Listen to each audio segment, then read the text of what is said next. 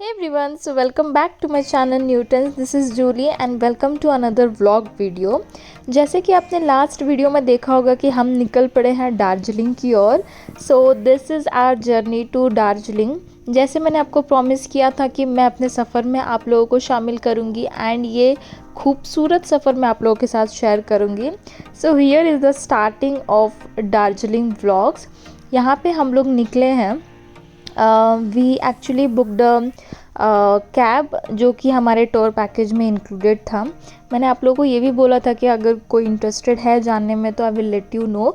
सो इस वीडियो में मैं पूरा डिटेल देने वाली हूँ कि हमने कौन सा पैकेज लिया था, उसमें हमें क्या सारी फैसिलिटी मिली थी. So please watch till and. अपनी वीडियो में बहुत बार बोला है कि I am not a travelling person. मुझे ट्रैवल करना बिल्कुल भी पसंद नहीं आता है. मतलब मेरे साथ दिक्कत है मोशन सिकनेस की, तो इस वजह से मुझे ट्रैवलिंग में कुछ खास मज़ा नहीं आता है. बट ये जो रास्ता था जब हम लोग निकले दार्जिलिंग के लिए एंड ये जो रास्ता हमने तय किया, ये रास्ते में अलग ही मैजिक था. लाइक सीरियसली मैं 3 घंटे का सफ़र था एक्चुअली सिलीगुड़ी से दार्जिलिंग का. And being a non travelling person but still मुझे ये व्यू एंजॉय करने में बहुत ज़्यादा मज़ा आया. मैंने पहली बार लाइफ में ट्रैवलिंग को एंजॉय किया. And look at the view यार, ऐसे लग रहा था कि हम किसी बेसमेंट से 15th फ्लोर या 30th फ्लोर पे पहुंच रहे हैं धीरे धीरे रेंगते हुए. सीरियसली ऐसे गोल गोल घुमा घुमा के हम लोग पहुँचे Darjeeling. And look at the view, बहुत ही खूबसूरत है. सो हम लोग निकले थे 3:30 के आसपास आफ्टरनून में और 3 घंटा लगता है दार्जिलिंग पहुंचने में. तो जैसे जैसे शाम हो रही थी, सनसेट हो रहा था और हम अपने डेस्टिनेशन की तरफ बढ़ रहे थे. मतलब ये व्यू मैं बता नहीं सकती हूँ, आप खुद देख ही रहे हो. ऐसे लग रहा था कि हम सूरज के पास जा रहे हैं और सूरज हमसे दूर जा रहा है, हम उसको पकड़ रहे हैं और हमसे वो और ज़्यादा दूर जाए जा रहा है. सो ऐसा कुछ था ये वाला एक्सपीरियंस. आप लोग भी देखो कि शहर बसा है इन पहाड़ों पे. लाइक लिटरली मैं तो फर्स्ट टाइम गई थी एंड मैं देख के एकदम सुन पड़ गई थी कि ऐसा भी होता है. और जितना ही ऊपर चले जा रहे थे, ठंड तो भाई साहब जो बढ़ रही थी, बहुत ही ज़्यादा ठंड थी वहाँ पे. एंड कंपैरेटिवली सिलीगुड़ी में कम ठंड थी, उतनी ठंड नहीं थी. जैसे हम लोग पहाड़ों पे चढ़ रहे थे बहुत ज़्यादा ठंड थी. And then here finally we have reach to the destination.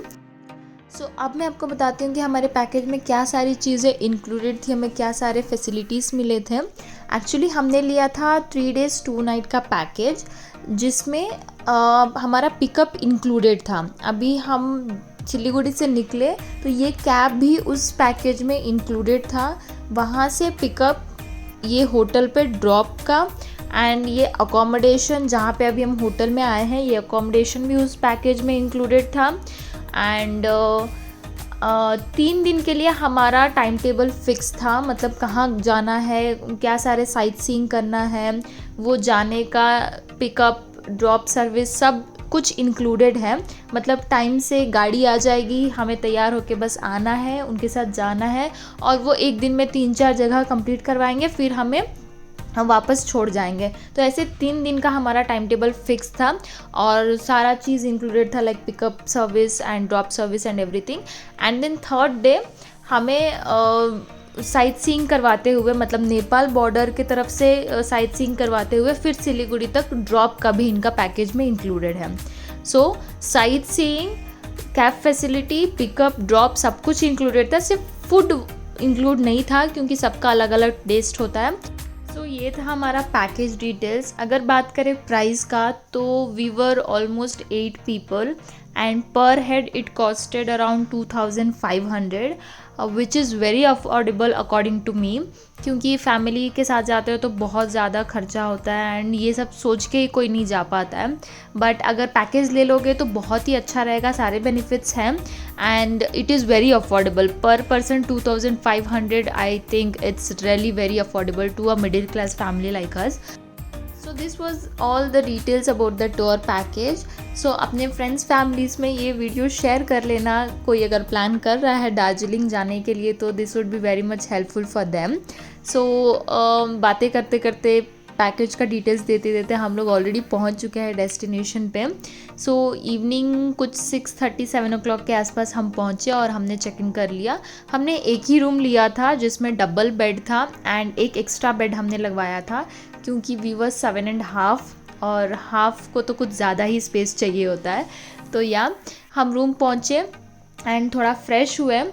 फिर हमसे इंतज़ार नहीं हो रहा था कि हम दार्जिलिंग को एक्सप्लोर करें, तो रूम पहुंचने के बस 5 मिनट के बाद ही फ्रेश हुए एंड देन हम लोग वहाँ पे एक्सप्लोर करने निकले।